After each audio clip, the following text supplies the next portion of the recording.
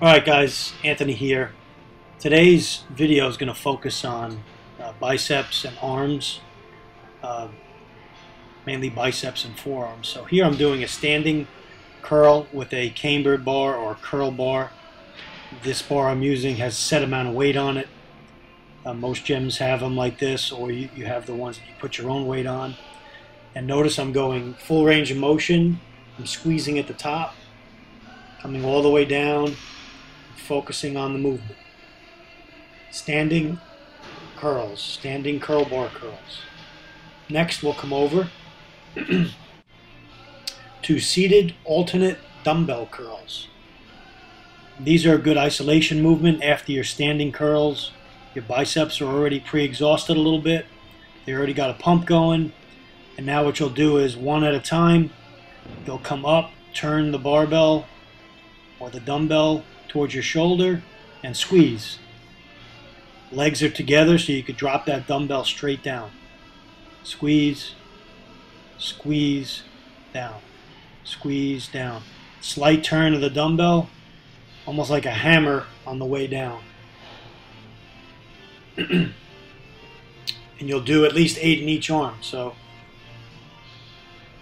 that's what I'm doing here. Seated dumbbell alternate curls, a very good movement, guys, for building up mass and peak. Next, I'm just going to stretch out a little bit in between my set, give some flexing to get some more blood to the muscle, and move on to my next set. The next set I want to show you is wrist curls. This is an often overlooked exercise. A lot of guys don't concentrate too much on their forearms, but very important to build your forearm muscles and your grip strength. This is with a straight bar with weights on the end of it, and I'm coming down. You can come all the way down your fingertips, or you could just come down where your wrist is extended and then flex at the top. And I'm just doing it off of a regular flat bench with my wrists hanging off the bench and my arms wedged between my legs.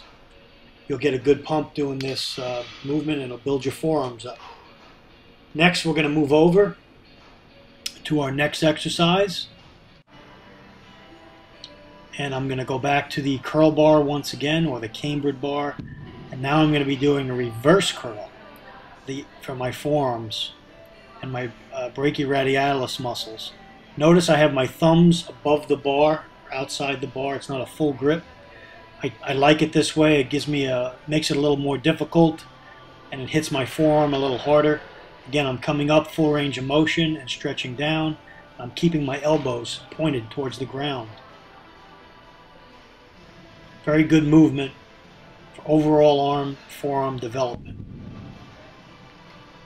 Okay, next we're going to move over to our next exercise, which is an isolation movement, which I usually do at the end of my bicep routine.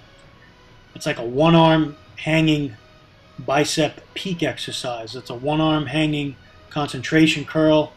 I'm squeezing that bicep at the top. I don't need a lot of weight. You see there, I'm coming all the way down and squeezing at the top, getting that peak, that bicep peak that you want. I'm switching arms. Again, that arm is hanging free. I'm squeezing at the top. Stretch and squeeze, stretch and squeeze. Very good movement to do at the end of your bicep workout. It finishes off the biceps nice before you go practice your posing, which I'm going to do next down in the locker room. When I go down to the locker room, I'll usually practice for a few minutes, sometimes some days longer than others. This day I'm just showing you some examples. I do some posing, get some final detail into the muscle, finally exhaust the muscles.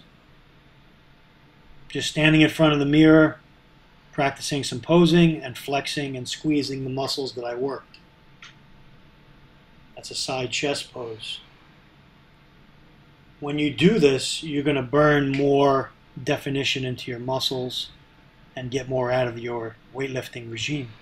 I stress this on all my videos that you'll see. Posing in between sets and also at the end of a workout. Very good habit to get into.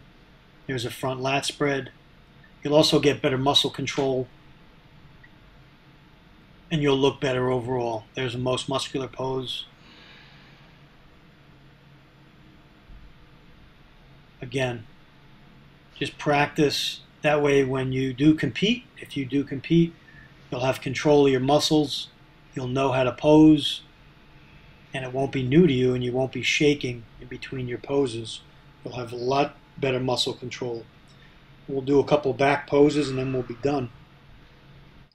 So this day here, I'm doing a rear lat spread, a rear double bicep. Again, another rear double bicep. And we'll call it a day, guys. Thanks for watching. Stay ready.